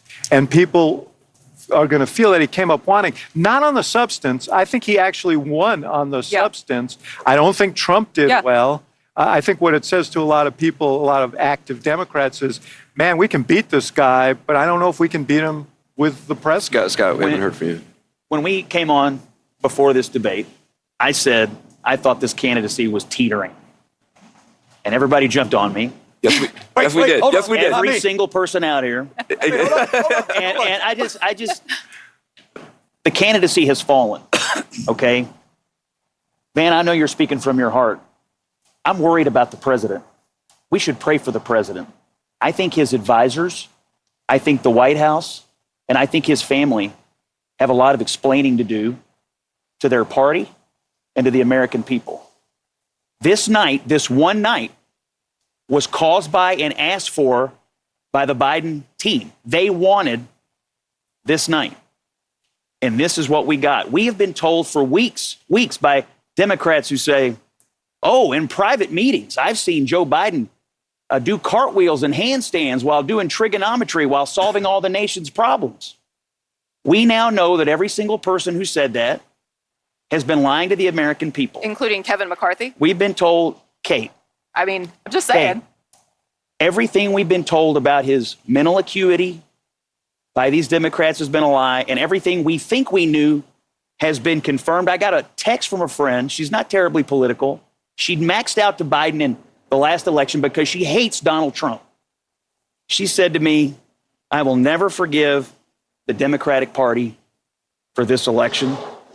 If the Democrats truly believe that he is an existential threat to democracy, and that's not just some talking point, they will wake up in the morning and they will do something else because this is not sustainable. That's another point about there are Democrats who are panicking, and then there are a lot of Republicans who did not want to vote for Donald Trump, who do not want to vote for Donald Trump, who are also panicking tonight. I heard from one who said, this is scary.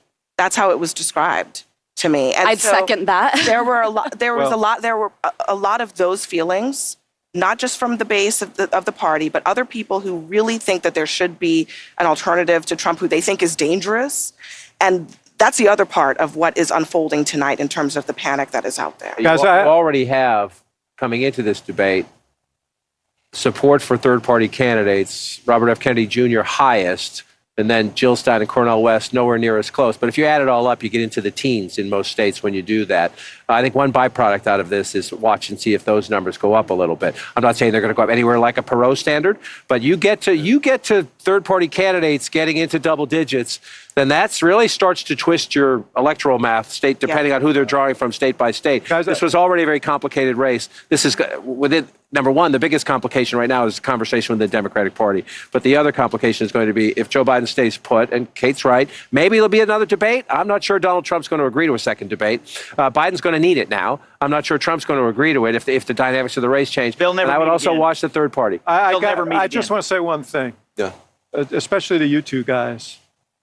If for whatever reason, there's a change at the top of the ticket, you guys are in trouble with Donald Trump, because the guy who was up there tonight is not a guy who's going to inspire people. He did not show in any way that he has changed from the guy who people have a very positive opinion of for a lot of good reasons. I think Donald Trump won several policy exchanges tonight. I think he did well on immigration. I think he did well on the economy. I think he did well on inflation. I think he went back to Afghanistan as he should have. The thing he did not do was, after he realized that he had Biden beaten on policy and on image, he should have turned the page and sounded an optimistic note about what we can become as a people and as a country. He did not do that. He continued to pummel Joe Biden all night. I understand what you're saying, but at the end of the night, very few things about the policy exchanges is going to be remembered. People are going to remember Joe Biden. They're going to remember him shuffling out. They're going to remember him staring blankly into the camera. They're going to remember him looking down, losing his train of thought. And they're going to remember that everything I thought I knew, but the White House told me don't believe my own eyes, is actually true. But that's not what I'm saying. What I said, Scott, was if Joe Biden were not the candidate, if there was another candidate, I think Donald Trump would be in deep trouble. If I may, that is such a sad state of affairs. Something I was consistently hearing is, what a bad debate, in the sense that Donald Trump lied throughout. He misrepresented. He tried to turn away from key points that he should have given answers on, and kept deflecting. With any normal, generic Democrat next to him, I don't think he would have won the night. But you put somebody who was suffering from the moment that they got out. It was hard to watch. I had to occasionally look away because it was so uncomfortable. I think America deserves better than the options that are in front of them. It's really devastating. And by the way, our allies are watching. Yeah, look, I mean, the way that I would try to phrase it if I were less emotional is Biden stuttered, but he told the truth. He looked terrible, but his policies were good. Trump spoke plainly, but he lied the whole time. And he looked good, but his policies were terrible. I mean, he's going to do nothing on climate change. He was hugging the cactus on abortion. I mean, his policies are terrible. So you have somebody who probably shouldn't be president, and you have somebody who cannot be president in terms of what Donald Trump represents. So we have a problem as a country now, and this might be an opportunity for people to come together and figure this out, because neither one of those people right now are inspiring the confidence that they should inspire, that they can do the job in a way that would be good for the country. But young voters are up for grabs in this election, and I don't know a voter under 30 who would have watched tonight and could say, I have confidence in Joe Biden and casting my vote for 4 more years of Biden. And this opens the door, by the way, for the conversation about, if Joe Biden remains the candidate, you're not voting for Joe Biden. You are voting for President Kamala Harris. Let's be honest. That is where the Trump campaign is going to go with this. They started down this road with an ad they released today. But this conversation about who you're actually casting your vote for, the volume is going to ratchet up. And I got news for you. She's less popular than he is. That is going to be a big problem for the Democrats if this ticket stays the way it is. Yeah, and to Scott's Democratic friend who maxed out, right? That's the sentiment you're going to hear, I think, from some of my Democratic friends who are texting me saying, I can't believe this is where we are, right? Yeah. I'm not going to be able to forgive the party for putting in this position. Look, on Donald Trump's lies, I mean, I spent a lot of time thinking about this throughout the debate, because